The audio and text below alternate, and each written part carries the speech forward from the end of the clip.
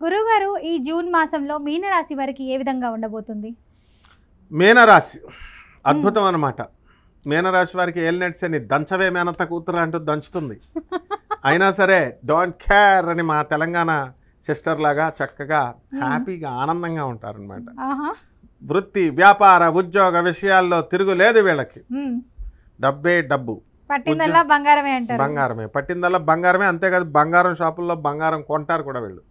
వాడు ట్రంప్ కాదు కదా, వాడమ్మ మొగుడు రేట్లు పెంచినా సరే, డాలర్ రేట్లు బంగారం రేట్లు గోల్డ్ షాప్ వాళ్ళు ఎంత పెంచినా సరే ఛాలెంజ్ అంటూ గోల్డ్ను కొనకుండా ఈ మీన రాశి వాళ్ళు ఆగరు.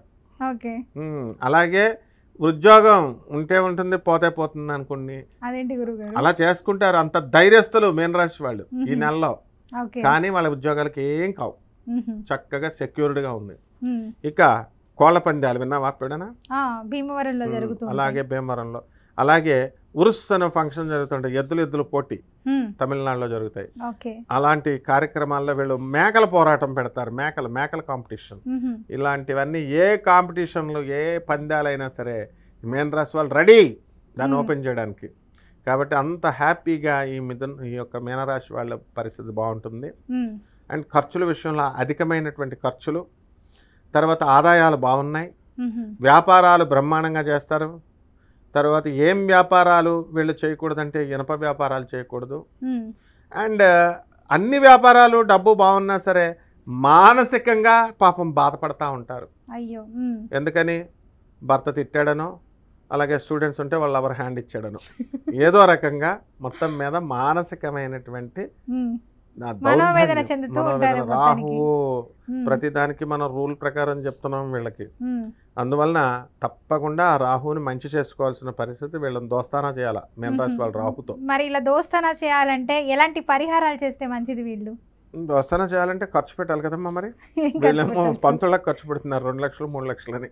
పేదవారికి ఖర్చు పెట్టాలి, వికలాంగులకు ఖర్చు పెట్టాలా, వికలాంగులకి సేవ చేసుకోవాలా, పేదవాళ్ళకి సేవలు చేయాలా, అనాథ పిల్లలకి ఇవ్వాలి, సాధువులకి దాన ధర్మాలు చేసుకుంటే రాహు ఇదవుతాడు. అలా కాకుండా వాళ్ళు దావతల మీద దావతలు ఇచ్చుకుంటే మరి బయట వాళ్ళు ఊరుకోరు కదమ్మా, రాహు ఊరుకోడు. అందువలన ఈ యొక్క అన్ని రకాలుగా బట్టల వ్యాపారము, ఈ తర్వాత ఇస్త్రీ పెట్టుకున్నటువంటి వాడు కూడా, చేపల బజార్లో అమ్ముకునేటటువంటి చేపల బిజినెస్ అంటే ఏదో అండర్ ఎస్టిమేట్ వేస్తున్నాం, ఆ చేపల బిజినెస్ కూడా 2-3 బిల్డింగ్లు కట్టిన వాళ్ళు ఉన్నారు. సో అలాంటి బిజినెస్లన్నీ బాగుంటాయి. వైన్ షాపుల ముందు చేపలు అమ్మేవాళ్ళు ఫ్రై చేసి వాళ్ళు కూడా 2-3 బిల్డింగ్లు తక్కువ ఉండవు. అది ఆ విధంగా ఈ యొక్క మీనరాశి వారికి అందరికీ కూడా బాగుంటుంది. ఈ మీనరాశి వారు పరిహారాలు అడిగావు కదా, ఏం చేసుకోవాలని?